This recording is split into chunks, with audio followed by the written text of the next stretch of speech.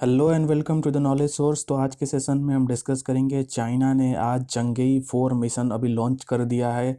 तो इस सेशन में हम डिस्कस करेंगे चंगेई 4 मिशन क्या है, इसकी सिग्निफिकेंस क्या है और ये क्यों एक milestone not only for China ये माना जा रहा है बट कि पूरे वर्ल्ड के लिए एक माना जाएगा। तो इस सेशन में हम डिस्कस करेंगे चंगेई 4 मिशन के बारे में। तो चलिए स्टार्ट करते हैं। स्टार्ट करने से पहले मैं आपको बता दूं, आप हमारे Telegram channel knowledge at source से जुड़ सकते हैं। आप हमें फेसबुक पर भी फॉलो कर सकते हैं www.facebook.com/knowledge@source। तो देखिए अभी न्यूज़ में इसलिए है क्योंकि आज 24 नवंबर को चाइना ने चंगेई 4 मिशन को लॉन्च कर दिया है। इसका मेन मकसद है लूनर रॉक्स को लाना अपने वापस धरती पे। तो अगर ये जो लॉन्च अगर मिशन ये सक्सेसफुल हो जाता है तो ये पूरे वर्ल्ड में ये चाइना सिर्फ तीसरी ऐसी कंट्री होगी जो कि ऐसा करने में सक्सेसफुल होगी। वहाँ से कोई सैंपल्स कलेक्ट करके लूनर ऑर्बिट से, लूनर सरफेस से कोई भी सैंपल कलेक्ट करके अर्थ के सरफेस पे लाना, ऐसे सिर्फ तीसरी कंट्री होगी।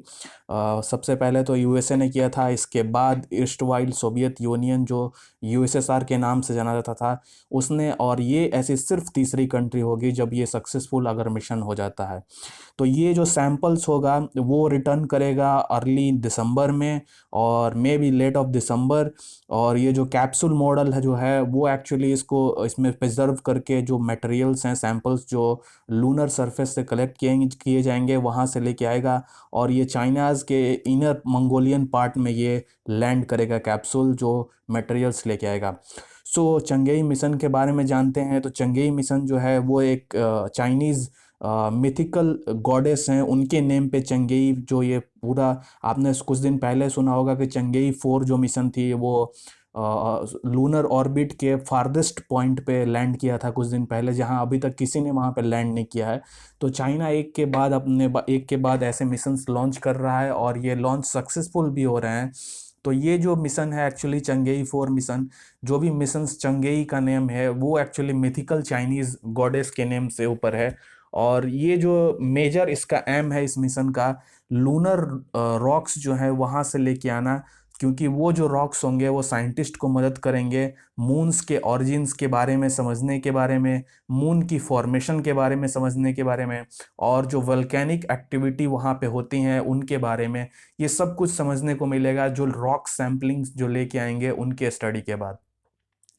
सो ये जो अनक्रूड मिशन चंगेई 4 मिशन है वो एक्चुअली 2 किलोग्राम तक सैंपल्स को कलेक्ट करने की कोशिश करेगा, जो कि लूनर डस्ट और डेब्रिस होंगे जो कि नॉर्दर्न रीजन में ओसनस प्रोक्लेरम के नेम जगह से वहां से कलेक्ट करने की कोशिश करेगा। और ये जो अनविजिटेड एरिया है अभी तक यहाँ पे कोई भी इवन अगर मैं मैंड मिशन के बारे में बात करूँ, चाहे वो रसिया, ईस्ट वाइल यूएसएसआर या फिर मैं यूएसए के बारे में बात करूँ, कोई भी वहाँ पे एस्ट्रोनॉट्स वहाँ पे लैंड इस जगह पे अभी तक नहीं हुए हैं, या फिर कोई भी मिशंस यहाँ पे वेदर में भी लैंडर और कोई भी अनआर्म व्हीकल जो वहाँ पे भेजा अभी तक नहीं गया है। ठीक है। सो ये जो स्पेसक्राफ्ट है वो एक्चुअली 4 मॉड्यूल पे कंसिस्ट है, जहाँ पे पहला जो है, एक तो ऑर्बिटर होगा जो पूरे लूनर जो एरिया है उसके ऑर्बिट करेगा। इसके बाद एक री एंट्री कैप्सूल होगा, जो सैंपल्स वहाँ पे कलेक्ट किए जाएंगे वो सैंपल जब लूनर ऑर्बिट जो है वहाँ से निकलकर अर्थ के ऑर्बिट में इंटर करेगा तो उसे एक री एंट्री कैप्सूल उसके लिए स्पेसिफिकली बनाया गया है। इसके बाद जो एक लैंडर उस सरफेस पे, मून के सरफेस पे लैंड करेगा, और एक एसेंट स्टेज जहाँ से ये इनिशिएट होगा जब एस्केप वेलोसिटी वहाँ पे क्रिएट किया जाएगा, ताकि वो जो सरफेस मटेरियल वहाँ पे कलेक्ट किया जा सके वो कैप्सूल में, वो उसकी इतनी वेलोसिटी हो पाए कि वो अर्थ लूनर की जो ऑर्बिट है उसको पार करके अर्थ के ऑर्बिट में एंटर कर सके।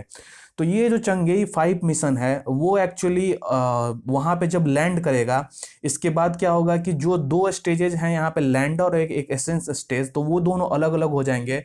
और ये जो इसमें मदद करेगा फिर जो ऑर्बिटर है, जो लैंडर है वो वहाँ पे लूनर सरफेस पे टच डाउन करने में, और ये जो टच डाउन होगी वो सॉफ्ट लैंडिंग होगी ना कि हार्ड लैंडिंग होगी। सो मेजर एम के बारे में बात करूँ अगर कि चंगेई 5 मिशन का क्या मेजर एम है, तो पहला तो ये है कि जो सैंपल्स कलेक्ट किए जाएंगे उससे क्या होगा कि एक अंडरस्टैंडिंग मिलेगी कि मून किस तरह से फेज वाइज में डेवलप्ड हुआ, इसकी डेवलपमेंट की क्या इंपॉर्टेंस है इंडिया के लिए और पूरे वर्ल्ड के लिए, आप समझ सकते हैं। क्योंकि अभी रिसेंटली इंडिया ने कुछ दिन पहले ही अपना एक चंद्रयान 2 मिशन लॉन्च किया था, जो कि अनसक्सेसफुल कुछ हद तक रहा था। क्योंकि आपको मालूम होगा कि ऑर्बिटर जो था वो सक्सेसफुल रहा था, बट लैंडर हमारा हार्ड क्रैश होने के बाद वो इसके बाद उसकी जो लिंक थी यहाँ से इंडिया के स्पेस स्टेशन से, वो टूट गई थी। सो अगर इससे क्या होगा कि ये जो मिशन है उसका वो मेन मिशन है कि इसकी जो मून की डेवलपमेंट में किस तरीके से फेज वाइज डेवलपमेंट हुआ, इसकी अंडरस्टैंडिंग। इसके बाद जो सैंपल्स जो स्टडी किए जाएंगे वो एक्चुअली हेल्प करेगा कि थर्मल एवोल्यूशन जो मून के अंदर होता है, सरफेस के अंदर, वो किस तरीके से होते हैं, ठीक है। और जो एनालिसिस अगर हम इसके बाद अगर जो करेंगे तो वो एक्चुअली हमें जो मेन क्वेश्चन हमें हमेशा जो डिफरेंट डिफरेंट साइंटिस्ट ये पूछते हैं कि क्या मून की जो सरफेस है या फिर मून जो है वो इतना यंगर है, जो कि हम सोचते हैं कि 2 बिलियन ईयर्स और इसके इससे भी कम यंगर है, तो क्या ये जो इससे भी यंगर है या इतना यंगर जो हम सोचते हैं वो सही में है। तो ये कुछ भी इससे ये जो सैंपल जो स्टडी होगी उससे हमें सीखने को मिलेगा। और जो ये मेजर जो स्पेसिफिक अगर मैं बोलूँ कि क्या इससे हमें देखने को मिलेगा कि मून जो है, क्या इसकी जो कूलिंग डाउन जब होती है, जब ये अपनी मैग्नेटिक फील्ड जब ये सट कर रहा था, तो ये किसकी इसकी कूलिंग इम्पैक्ट कितनी इसके इस सरफेस पे हो रही थी। तो ये सब कुछ अंडरस्टैंड करने में ये जो मेजर एम है चंगेई 5 मिशन का। सो अगर मैं बात करूं कि क्या चैलेंजेज हैं इस मिशन की, जो चंगेई 5 मिशन जो है, तो देखिए ये जो मिशन है वो टेक्निकली बहुत ही चैलेंजेस है। क्योंकि सबसे पहले आप देखें यूएसए जो है वो हमेशा से ही मैंड एस्ट्रोनॉट भेजता था, और वहाँ पे जो सैंपल कलेक्शंस होती है वहाँ पे अगर सिर्फ जो मेजर इम्पैक्ट होता है कि कैसे एस्ट्रोनॉट को उस मून के सरफेस पे उतारा जाए, इसके बाद जो सैंपल कलेक्शन उतनी टफ नहीं होती है। और अगर मैं यूएसएसआर के बारे में बात करूं, या तो वो भी उसकी जो लिमिटेड एरिया थी यहाँ पे, जैसे कि यूएसए अगर मैं बात करूं लूनर सरफेस पे लैंड करने के बाद उनके पास व्हीकल भी होती थी ताकि वो कुछ दूर तक जा सके। बट अगर हम सोवियत यूनियन के बारे में बात करें, उनकी सारी मिशंस एक स्पेसिफिक स्पॉट पे ही होती थी। लेकिन अगर मैं चाइना के बारे में बात करूं तो चाइना की ये मिशन बहुत ही टेक्निकली चैलेंजेस है। क्योंकि एक तो ये ऑर्बिटर से लैंडर से आपको ये वहाँ पे सैंपल कलेक्ट करना है, और ये सैंपल जो कलेक्ट करना है वो बहुत ही टेक्निकली बहुत ही चैलेंजेस है। क्योंकि इसके बाद टाइम सैंपल कलेक्ट करने के बाद उसको फिर से वहाँ से री एंट्री करना है अर्थ ऑर्बिट में, वो भी विदाउट मैन। तो ये एक डिफिकल्ट चैलेंज है।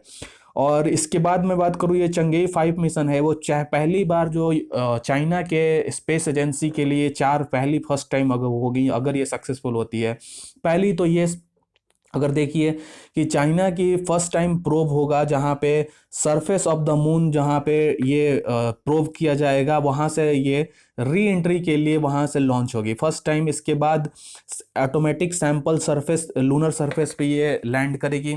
इसके बाद जो ये फर्स्ट टाइम कंडक्ट करेगा अनआर्म्ड रेंडजुअस डॉकिंग, जो कि मतलब अगर आप देखें कोई भी अगर डॉकिंग लूनर ऑर्बिट में अगर होती है तो वो अभी तक या तो सैंपल्स के मैंड व्हीकल उसमें है, मैंड उसमें प्रेजेंट है कोई भी व्हीकल में, लेकिन ये जो है वो अनआर्म्ड बिना आदमी के है। तो इसलिए ये डिफिकल्ट चैलेंज है, उसको रिमोटली यहाँ से सब कुछ मैनेज करना है, इसलिए डिफिकल्ट टास्क है, ठीक है। इसके बाद जो है ये जो फर्स्ट टाइम होगा जब अर्थ पे ये कोई लूनर सॉइल सैंपल लेके आएगा। अब जैसा मैंने आपको बताया कि जो व्हीकल है वो अनआर्म व्हीकल है, वहाँ पे कोई भी प्रेजेंट कोई ह्यूमन बीइंग प्रेजेंट नहीं है। तो ये सब कुछ रिमोट कंट्रोल्ड होगा, और इतनी दूरी के नज़दीक, इतनी दूरी से जहाँ पे आपको सैंपल कलेक्ट करना है और फिर री एंट्री नहीं है। तो वो एक डिफिकल्ट टास्क है। ये देखिए जैसे कि China's first ever robotic sample collection है, first ever take off from moon after packing, और first ever lunar orbit docking. तो ये सब चैलेंजिंग टास्क हैं। सो मैं आशा करता हूँ कि आपको इसमें कुछ नया सीखने को मिला होगा। So that's it for today. Thank you as always for joining.